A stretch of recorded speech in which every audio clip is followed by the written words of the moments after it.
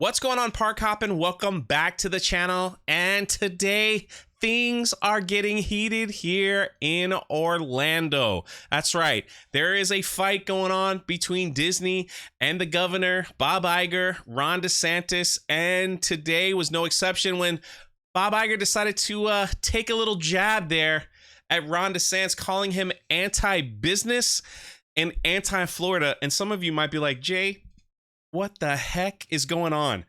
What does this mean? Why are they fighting? What's happening there in Florida? Well, I'm going to read a little bit of this article and then kind of walk you through it. I should probably do an entire live stream with some special legal counsel to get some of the correct terms, but I'll give you the quick version, all right? Right here, it says, returned Disney CEO Bob Iger made a rare public comment about Florida's Governor Ron DeSantis' move to punish the company for its position against the Florida's so-called Don't Say Gay bill last year, calling the decision not just anti-business, but anti-Florida. First correction, the bill is called the Florida Parental Rights in Education. The Don't Say Gay language, that comes from the opposition, and they threw that out there. The media grabbed it, and that's what everybody was saying. Nobody even read the bill. That's a whole nother discussion. But what happened, Bob Chapek came out and was like, no, we're against this bill. We're going to fight it. We're going to fight the governor. We're going to fight the state. Then the governor came out and was like, oh, really? Disney's going to get involved into politics. So if you're going to get involved, then we're going to get involved in your business, right? So that's what started this whole thing. Let's continue. DeSantis signed a bill in February that strips Disney of control over its special governing district in Florida, the home of Disney World, and established a successor agency to handle zoning, fire services, infrastructure, and utilities at the parks. Okay, what does all of that mean?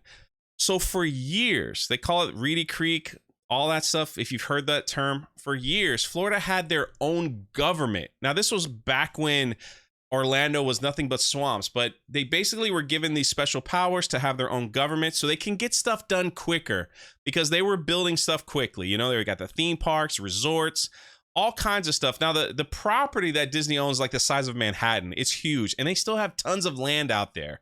So with this special district that they had their own fire department, they had their own zoning, they had their own code, they had all that stuff. And DeSantis was like, you know, it's time for Disney to play on a level playing field as all the other theme parks here in Orlando. So they stripped them of that special government that they had there. He stripped them of that and was going to put in, you know, another council that will be in charge of it from the government. So then this is what Disney did. Last week, Disney used a legal clause that referenced King Charles III's royal line in careful wording that attempts to outmaneuver DeSantis' move to take control. So Disney put on a timeline saying we're gonna put the power back to Disney, and it's gonna be about, they estimate, around 30 years as to try to figure out, you know, what's going on. 30 years that Disney's in control, and then the state can take over. Long story short, from what I've heard from experts, and please feel free to correct me in the comments section, this was a move to kind of wait out the governor and wait out the leadership here in Florida. So if they had all this and the governor and the state of Florida can't take over like they do for all the other parks, like they do for every other business in Florida, they can wait out. The governor will be gone. There'll probably be new government in Florida, and maybe they can get that special privilege back. Now, after Disney did that on Monday, DeSantis asked Florida authorities to investigate the Disney World board. Then Iger comes out today, just a few hours ago, and made this statement. He said, it seems like he decided to retaliate against us. Iger said during the company's annual shareholder meeting Monday, referring to DeSantis' power struggle with Disney in an attempt to punish a company for its exercise of a constitutional right. Basically saying, we had the right as freedom of speech. You know, it's a freedom of speech to say how we feel about a bill being passed in the state we love. Iger then goes on to throw out some stuff saying, hey, we currently plan on to invest $17 billion in Disney World over the next 10 years. Nothing that Disney estimates that will lead to 13,000 new jobs. And he's like, we love Florida.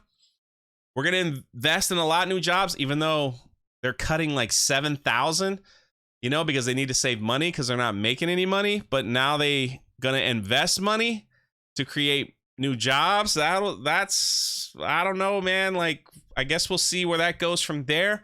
But this is going to be interesting, and we are going to keep you informed the best we can. That's what's going on right now.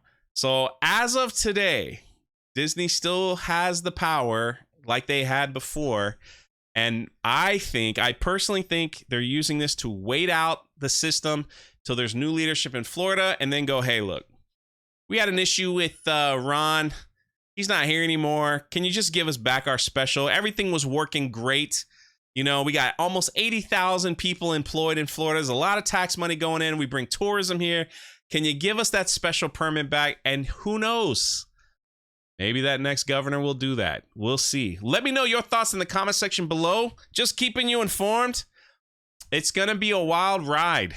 It's going to be a wild ride. You never know. This thing could resolve in a week and Florida just take over, and Disney's got to pay a ton of money to keep things going, just like every other theme park. But it's wild out there in these theme park streets, man. It's wild. This is Jay with Park Hoppin', and we will catch you next time.